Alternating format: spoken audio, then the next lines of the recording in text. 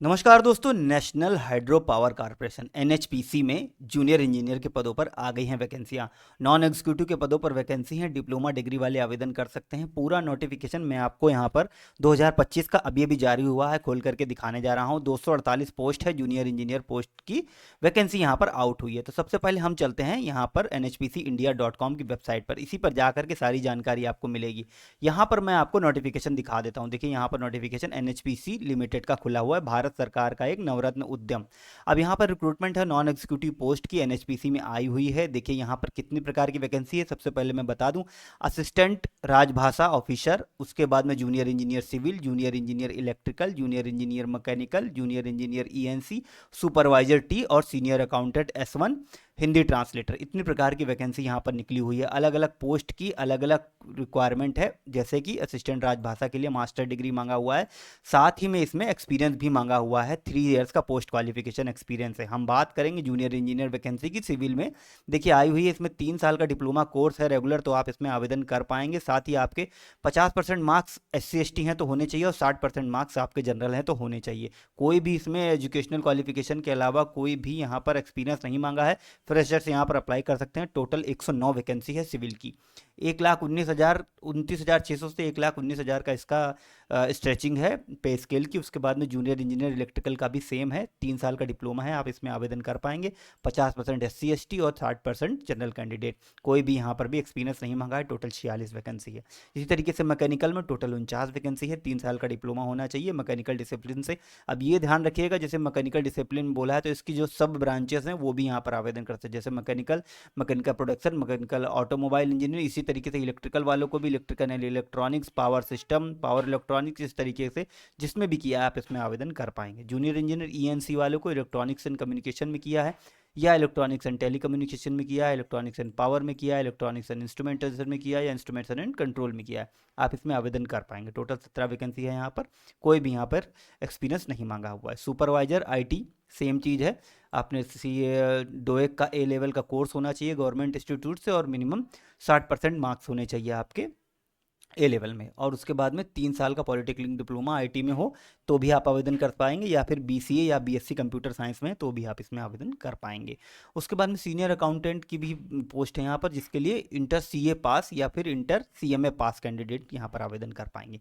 Hindi translator के लिए master degree होनी चाहिए, और साथ ही में 1 साल का पोस्ट क्वालिफिकेशन एक्सपीरियंस चाहिए, या 1 साल का पोस्ट क्वालिफिकेशन एक्सपीरियंस आपका टीचिंग में या सेंट्रल स्टेट एजुकेशनल इंस्टीट्यूट में होना चाहिए, या फिर डिग्री और डिप्लोमा हो आपका ट्रांसलेशन में, तो आप आवेदन कर पाएंगे। अब देखिए यहाँ पर जितने भी वैकेंसीज हैं सब में दिव्यांग लोग भी आवेदन कर सकते हैं। आप अपनी कैटेगरी के अकॉर्डिंग जितनी भी परसेंट आपकी डिसेबिलिटी है वो आप यहाँ से चेक कर लेंगे। जिस कैटेगरी में आते हैं उस कैटेगरी में आप यहाँ पर आवेदन कर पाएंगे। आपके सामने कितनी बैकलॉग वैकेंसी है ये भी यहाँ पर लिखा रहेगा। उसके बाद में देखिए दोस्तों, कंपनसेशन पैकेज है यहाँ पर। देखिए आपको सैलरी मिलेगी, उसके बाद में बेसिक पे रहेगा, डियरनेस अलाउंसेस रहेगा, HRA रहेगा, कैफेटेरिया अलाउंसेस रहेगा, परफॉर्मेंस रिलेटेड पे रहेगा, मेडिकल PRP रहेगा, और NHPC एम्प्लॉयज़ का जो इकोनॉमिक रिहेबिलिटेशन है वो रहेगा, सोशल सिक्योरिटी स्कीम रहेगा, PF, ग्रेचुटी, पेंशन, सारी चीज़ें आपको यहाँ पर मिलने वाली है। कैंडिडेट किसी भी project power station all over India में कहीं पर भी पोस्टेड किए जा सकते हैं, ऑल ओवर इंडिया और अब्रॉड कहीं पर भी आपको आवेदन करना कहीं पर भी आप यहाँ पर नौकरी करनी पड़ सकती है। 600 रुपये यहाँ पर देखिए फीस लग रही है, non refundable fees general, EWS और OBC को 600 रुपये प्लस टैक्सेस, यानी कि 708 रुपये आपको लगेगा। उसके बाद में SC ST ex serviceman female candidate जो रजिस्ट्रेशन फीस उनको नहीं लगेगी, वो एग्जम्प्टेड है पूरी तरीके से। आपको आवेदन कैसे करना है, NHPC इंडिया की वेबसाइट पर जाना है, करियर सेक्शन पर जाकर के आवेदन करना है। सारा मैं आपको दिखाऊंगा कि किस तरीके से आपको आवेदन करना है। पहले हम इसकी और ज़रूरी चीज़ें हम जान लेते हैं। देखिए सिलेक्शन प्रोसेस क्या है, आपको रिटन एग्जामिनेशन होगा और उसके बाद में आपका यहाँ पर सिलेक्शन किया जाएगा। अब देखिए जनरल SC ST OBC को 40% टोटल मार्क्स लाने जरूरी है, SC ST को और फिजिकली हैंडीकैप को 35% मार्क्स CBT यानी कि रिटर्न एग्जामिनेशन में लाने जरूरी है। देखिए टेस्ट सेंटर अलग अलग जगह होगा, अहमदाबाद, बेंगलुरु, भोपाल, भुवनेश्वर, चंडीगढ़, चेन्नई, देहरादून, दिल्ली, गंगटोक, गुवाहाटी, हैदराबाद, ईटानगर, जम्मू, कोलकाता, लखनऊ, मुंबई, पुणे, जयपुर और रांची, इतनी जगह पर आपका एग्जामिनेशन सेंटर होगा। मीडियम एग्जामिनेशन हिंदी इंग्लिश दोनों हो सकता है। 3 घंटे का आपका टोटल क्वेश्चन रहेगा, 180 मिनट का रहेगा, 200 मार्क्स क्वेश्चन रहेंगे। देखिए सब्जेक्ट जैसे JEE के लिए civil, mechanical, electrical, electronics, supervisor के लिए आपका 3 पार्ट में एग्जामिनेशन होगा। पार्ट 1 में 140 क्वेश्चन होंगे, पार्ट 2 में 30 क्वेश्चन होंगे और पार्ट 3 में भी 30 क्वेश्चन होंगे। टोटल आपको 200 मार्क्स के होंगे और 3 घंटे का समय मिलेगा आपको, और इसको आपको सॉल्व करना रहेगा।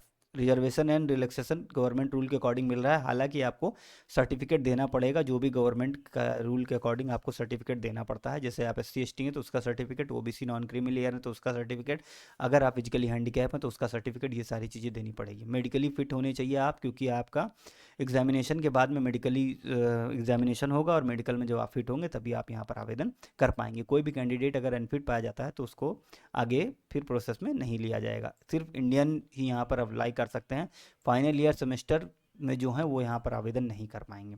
कैंडिडेट्स के पास डिप्लोमा होना चाहिए 2 साल का लेटरल एंट्री का, अगर है लेटरल एंट्री वाला तो 2 साल का होना चाहिए, और गवर्नमेंट इंस्टीट्यूट से रिकॉग्नाइज्ड होना चाहिए।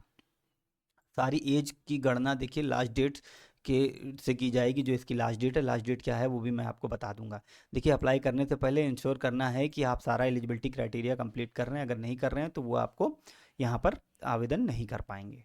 उसके बाद में देखिए दोस्तों, कोई भी अगर आपको जानकारी चाहिए तो रिक्रूटमेंट सेल 2023@nhpc.nic.in पर आप रिप्लाई का मेल करेंगे तो वहाँ से रिप्लाई भी आपका आ जाएगा। Candidate employed with government department PSU को जो भी काम कर रहे हैं उनको रिलीविंग लेटर लाना पड़ेगा अपने ऑर्गेनाइजेशन से, तभी आप यहाँ पर आवेदन कर पाएंगे। देखिए यहाँ पर 2 सितंबर से ऑनलाइन एप्लीकेशन आ जाएगा, और लास्ट डेट जो है ऑनलाइन एप्लीकेशन की 1 यहाँ पर अक्टूबर की रहेगी। अब यहाँ पर आवेदन कैसे करना रहेगा ये मैं बता देता हूँ। सबसे पहले आप होम पर जाएंगे, उसके बाद में आपको सीधा आना है करियर सेक्शन पे। करियर सेक्शन पे जा करके वर्तमान अधिसूचना के टैब पे आप क्लिक करेंगे।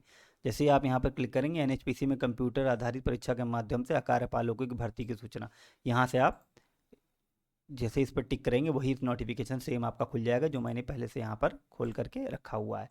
अब देखिए यहाँ पर नोटिफिकेशन खुल रहा है आपके सामने, मैं इसको दिखा भी देता हूँ।